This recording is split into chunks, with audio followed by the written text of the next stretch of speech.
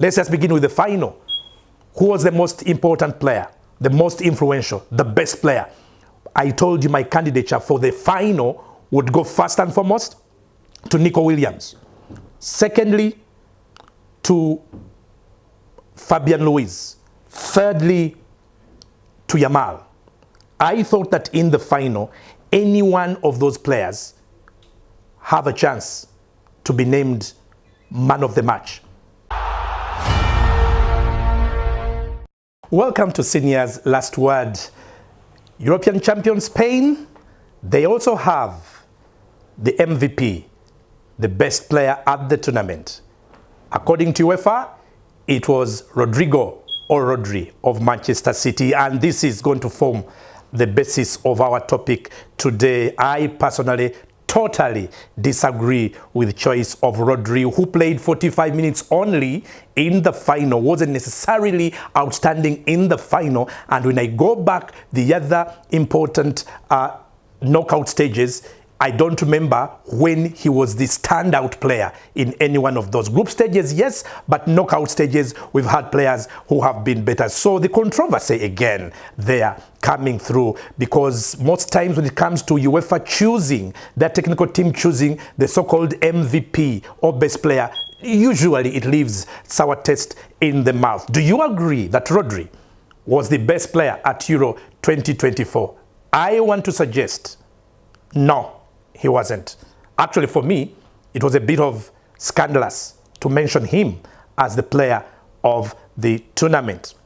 Spain, for one, had at least 2 or 3 candidates to have been ahead of him on that. Looking at the 7 games they played, right from the group stages, knockout stages, all the way to the final.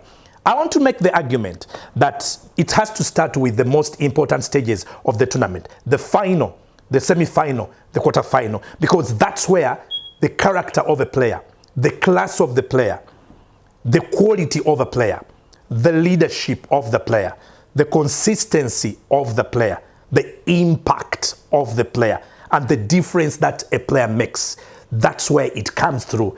That's where it matters, because other players usually fade away and they're forgotten. Was Rodri Spain's best player in the last round of 16, in the quarter-final, in the semi-final, in the final? Was he? I am one to move that no, he wasn't. Let's just begin with the final. Who was the most important player, the most influential, the best player? I told you my candidature for the final would go first and foremost to Nico Williams. Secondly, to Fabian Ruiz. Thirdly, to Yamal. I thought that in the final, any one of those players have a chance to be named man of the match. Williams for me, because in the final, he upstaged even Yamal. He, throughout, was a thorn in the flesh for England. Whether it's on either side of the wings, in the center, he was just too hot to handle. By the time he scored that goal, he had done too much already.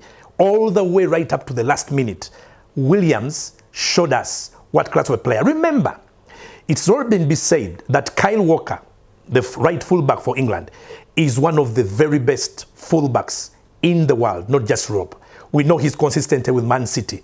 We know his physicality. We know his experience. He's a winner, his presence. We know what he does when he marauds and makes those runs down the right. We know he's intimidating. He's too physical, but he adds physique with quality. Against this young 21-year-old, he was totally exposed.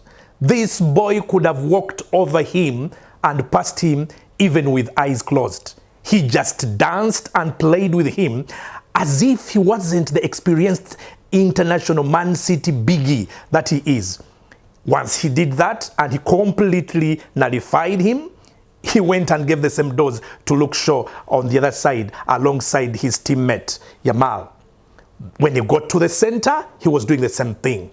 Now, when a player does that in a final of a European Championship, he's 21 years old, and he uses that because both goals, by the way, that's the side that was exposed. Fabian Ruiz, need I say more? I've said enough about this player. From match day 1 to the very last, he's been the most dominant, the most influential midfield player in the entire tournament.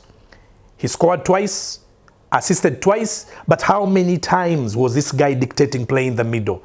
How many times was he making late runs in the box? How many times was he missing just by inches? Attempts at goal, switching play left to right, defending, falling back, doing all this not as a traditional or conventional defensive midfielder. No, with class. This guy plays the defensive role with class, as if he's a playmaker from a deep lying role, which he was, but influential. He has impact in the final third. He makes impact in the center, in the middle. Fabian Ruiz is exciting. He's in the game. You see him. You see his presence. He makes his impact felt. He's that influential. When you get to Yamal, once again assisting when it mattered most for the opener. Yamal again teasing and tormenting. Yamal again part and parcel of the danger that Spain kept possessing while they came with that ball over and over again. Dancing feet, dribbling machine, creative, finding spaces, exciting to watch, entertaining us. That was Yamal in the final. Do we remember that Yamal was the man of the match in the semi-final? By far, either side of the pitch. Quarter-final. It was open for debate. My problem with the choice of Rodri, you've got to convince me he was a standout. When was Rodri a standout? In what game? Spain played 7 games. Remind me of that single game when Rodri was a standout. Very influential. One of the reasons why that Spanish midfield was impregnable, why that Spanish midfield has been really, really influential and has been the foundation for the attacking play and for the games they've won. But he was doing it alongside Fabian Ruiz. When Olmo came on, Olmo became part of that midfield. Rodri, Fabian Ruiz, Olmo. When Pedri was still playing, he was part of that in the group stages. I still find a problem when you name Rodri as the MVP. I know he scored 1 goal at the tournament. Okay, what about assists? Yes, we know how he plays. He breaks up play. He's the secret weapon, not just for Spain, for the other teams he plays for Man City. But come on, this was the European Championships. Can't we reward a player for what they've done in that tournament? Forget what you think he is, because he's a big player, a huge player.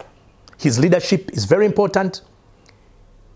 His team play, very important.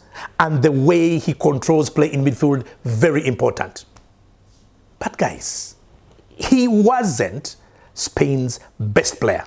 He wasn't Spain's second best player. I think for me, it's not just a mystery to name him as the tournament best player. It's scandalous.